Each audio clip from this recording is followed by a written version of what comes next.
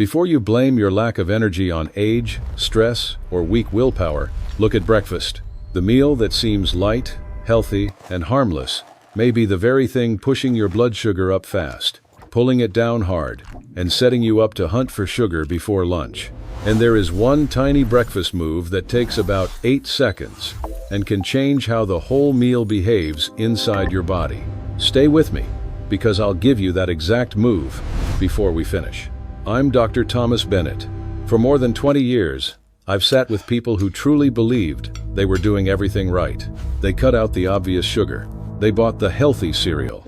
They chose oats, toast, juice, granola, low-fat yogurt, fruit. They were trying to be careful, and still, their energy dropped.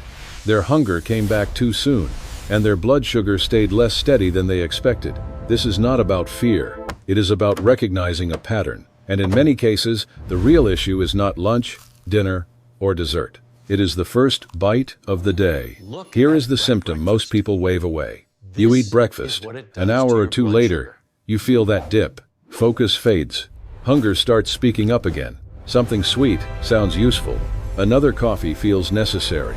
You start looking for a lift. Most people call that normal. It's common, yes. But common is not the same as healthy. That is the trap. That quiet crash is often your body telling you that breakfast drove glucose up too fast and then dropped you too hard. Not every time, not in every person. But for many people, that mid-morning wobble is not random at all. It has a cause, and it usually starts right there at breakfast. Breakfast is not random. Here is the hidden cause. A lot of breakfast foods that look healthy are still built around fast-digesting carbohydrates. Oats, bread, cereal, fruit juice, granola, low-fat yogurt with sweet fruit. Again, I'm not saying these foods are harmful in every situation for every person. I'm saying that when breakfast begins mostly with quick carbs, especially without enough protein to slow things down, the body often takes a glucose hit it never needed. That is the crash. So here is the rule, and I want to give it to you early. Protein first. That is the big idea in this whole video. Your first bite programs your morning. If the first real bite is mostly carbohydrate, your body usually spends the next few hours reacting. If the first real bite is protein, the morning settles instead of spinning up. Think of your bloodstream like traffic. A carb-first breakfast on an empty stomach is like opening every gate at once. Cars rush in. Everything backs up. Then the road clears too fast, and now the system swings the other way. Protein changes the flow. It slows the entry. It spaces things out. It makes the whole system easier to handle. And that is why eggs can help. Not because eggs are magic. Not because one food cures blood sugar problems. Eggs help because they bring protein and fat without bringing the carbohydrate hit that drives the roller coaster. They digest more slowly. They stay with you longer. They give you a steadier base to build breakfast on. Eggs help, but only if they lead. And this part matters more than most people realize, because people often add eggs and keep the rest of breakfast exactly the same. Eggs with toast. Eggs with orange juice. Eggs after cereal. Eggs on the side of jam and bread. The eggs still help a little, yes, but they are no longer leading the meal, and the fast carbohydrates are still rushing in. Morning is also a very specific metabolic window. Overnight, your liver has been releasing stored glucose to keep your brain and organs supplied. Then, as you wake up, cortisol rises naturally to help you feel alert. That is normal physiology. But it also means your blood sugar is already more primed in the morning than many people realize. So when you stack a fast carbohydrate breakfast on top of that morning rise, the spike is often sharper than it would be from the same food later in the day. That matters deeply, because breakfast often sets the tone for the next 4 to 6 hours. The mid-morning snack is often not random. The second coffee is often not random. The brain fog before lunch is often not random. Those things usually started with the first bite. So let's make breakfast work differently. Start with 2 eggs, boiled, poached, or lightly scrambled. That already changes the shape of the meal. Eggs have essentially zero direct blood sugar impact on their own. They don't create the same fast surge that a carb-centered breakfast does. They also tend to stay in the stomach longer, which helps create real satiety instead of that quick, "I ate something" feeling that disappears an hour later. Toast first feels light. By 10 a.m., you're hunting for sugar. Eggs first can feel boring, but your morning stops wobbling. That's the difference. And if you want the stabilizing effect to get stronger, add fiber. Spinach, tomatoes, peppers, mushrooms, courgette. Any vegetable you'll actually eat in the morning. This is not decoration. Fiber slows the movement of the meal through the digestive system and reduces how fast glucose gets into the bloodstream. So now you're stacking two useful effects together. Protein from the eggs, fiber from the vegetables. Then comes meal order. Protein first, vegetables or fiber next, carbohydrates last, if you include them at all. That sequence sounds small, but it changes the pace of digestion. When protein arrives first, it slows what comes after. When fiber joins it, the effect gets even better. One meal rushes your system, the other settles it. This is not about making breakfast complicated. It is about changing who leads the meal. If you want one more layer of stability, add a healthy fat source. Half an avocado, a little olive oil, even the natural fat that comes with the eggs helps. Fat slows gastric emptying, so food leaves the stomach more gradually. That slower pace usually means a softer rise in glucose, a gentler insulin response, and steadier energy across the morning. And there is another quiet benefit here. When breakfast is steadier, the whole day often feels less noisy, less bargaining, less, maybe I just need a biscuit, less chasing energy with sugar because the morning fell apart before lunch. That is why breakfast structure matters more than people think. It changes what the rest of the day asks from you. Now, I don't want to take us down a long side road, but I do want to keep one kidney point in the frame. Mild dehydration after sleep, repeated blood sugar swings, and a heavy dependence on ultra-processed breakfast foods all add background stress over time, especially in people who already have blood pressure, blood sugar, or kidney concerns. That doesn't mean one rough breakfast damages the kidneys. It means the repeated pattern matters. So keep this part simple too. Water first. 1 glass. Before coffee, before juice, before anything else. After a night of sleep, a lot of people wake up a little dehydrated without realizing it. That first glass of water supports the system you're trying to calm, and it costs nothing. If your breakfast comes out of a package, there is another simple habit that helps. Do a fast label check. Look at the added sugar line. Look at the fiber line. Then glance at the ingredient list. If the sugar is high, the fiber is low, and the ingredient list reads like a chemistry set, that healthy breakfast is often healthier in the ad than in your body. That is a clue. One more thing people miss is speed. Not just what you eat, but how fast you eat it. If breakfast disappears in 3 minutes while you're checking messages, your fullness signals barely have time to catch up. Slow doesn't have to mean formal. It simply means sit down, take a breath, chew properly, and let the meal last long enough for your body to register that food actually arrived. That alone won't fix a carb-heavy breakfast. But paired with protein first, it usually makes the whole morning feel calmer. And here is why I keep coming back to sequence instead of just ingredients. You can eat nearly the same foods in a different order and get a different experience from the morning. If the toast or cereal hits first, the spike has already started. If the eggs lead, the story changes.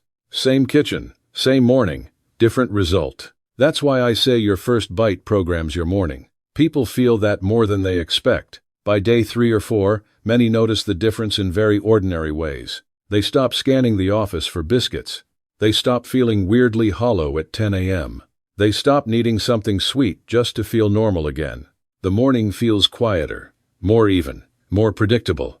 And that may not sound exciting, but in real life, that kind of stability is powerful. Because when breakfast stops throwing you around, the rest of the day usually gets easier too. Lunch decisions get cleaner. Cravings aren't driving the conversation. You're not spending the whole morning recovering from a breakfast that was supposed to help you. That is the point.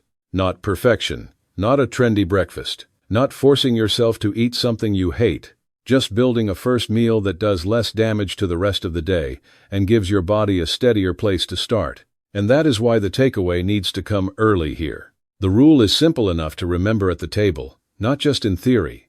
Protein first, then fiber, then carbs later if you want them. Once you get that, breakfast stops feeling mysterious. It becomes something you can steer instead of something you keep reacting to every single day. Now let me give you the payoff I promised. The 8, Second ritual is simple. Before the first real bite of breakfast, pause for 8 slow seconds. Put the phone down, take one breath. Then make the first bite a protein first bite. Eggs first. Not toast first, not cereal first, not juice first. That tiny pause does 2 things. First, it breaks autopilot, and bad breakfasts live on autopilot. Second, it locks the meal order in your favor. Once the first bite is protein, you're much more likely to keep the rest of breakfast calmer and more stable. It sounds almost too simple, but simple is good when it's repeatable. Here are 2 easy examples. Example 1. 2 boiled eggs, half an avocado, and a few cherry tomatoes or cucumber slices. Water first, breakfast first, then coffee later if you want it. Example 2. Lightly scrambled eggs with spinach and peppers, a drizzle of olive oil, and if you want extra fuel, a small portion of oats or sweet potato at the end, instead of the beginning. That is enough. It does not need to look impressive. It needs to work on a Tuesday, and if you want to make the breakfast work even better, add one more ordinary habit after it. Walk for 10 minutes. Not as punishment, not as a fitness performance. Just walk. Your muscles help clear glucose from the bloodstream after a meal, so now you're helping from 2 sides at once. The breakfast slows the entry. The walk helps with the cleanup. That combo really works. Now I want to handle one objection, because this is the one that still stops a lot of people from using eggs well. Cholesterol. That concern is understandable. Eggs were treated as a breakfast villain for years. But the conversation is more nuanced than that. For many people, the overall dietary pattern matters more than obsessing over eggs alone. Repeated refined carbohydrates, added sugars, and heavily processed breakfast foods often create a much bigger daily problem than a reasonable portion of eggs in a balanced meal. That said, context matters. If you have a specific cardiovascular condition, a lipid disorder, kidney disease, or personalized medical advice, follow that guidance. But for many ordinary viewers, the bigger breakfast mistake is not the egg. It is the breakfast pattern around it. That is worth remembering. And I want to keep this grounded in real life. If you've been struggling with hunger, cravings, or energy crashes after what looked like a healthy breakfast, that does not automatically mean you are weak, lazy, or bad at discipline. A high-carb breakfast often brings hunger back early, even when the portion was not huge. A protein-led breakfast usually changes that. This is not about blame. It is about structure. That is why people often feel a difference quickly, sometimes in 2 to 4 days. Less urgency, less wobble, less snacking, less of that searching feeling before lunch. And you do not need to overhaul your whole life to test it. You do not need a supplement stack. You do not need a complicated meal plan. You do not need to eat perfectly all day to learn something useful from breakfast. You just need 1 week of paying attention to the first bite. So, here is the challenge. For 7 mornings, do this one pattern. Water first. Protein first. Vegetables or fiber alongside. Carbohydrates last if you include them. A short walk after, if you can. That's it. Then watch 3 things. How long do you stay full? What happens to your energy between 9 and 11 a.m.? Does the usual craving for something sweet get quieter? That is your scoreboard. Not perfection. Not motivation. Not guilt. Just pattern. Just feedback. Just 7 mornings. And if you're in, comment 7. Just the number 7. One tiny comment. No overthinking. That's your commitment to the 7-day breakfast reset. If this helps you, keep going. If it helps someone you care about, send it to them. Because sometimes the habit that changes the day is not dramatic at all. It is just the first bite. And once that first bite changes, the whole morning can change with it.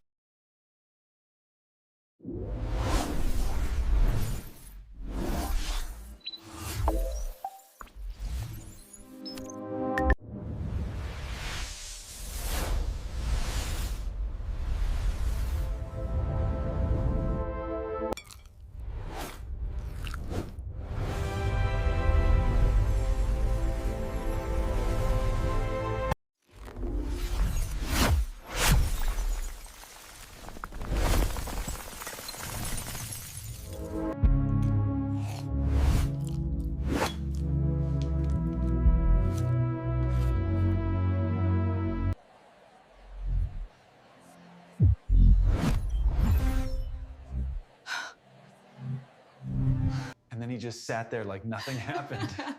I can't believe he did that. That is the funniest thing I've heard all week.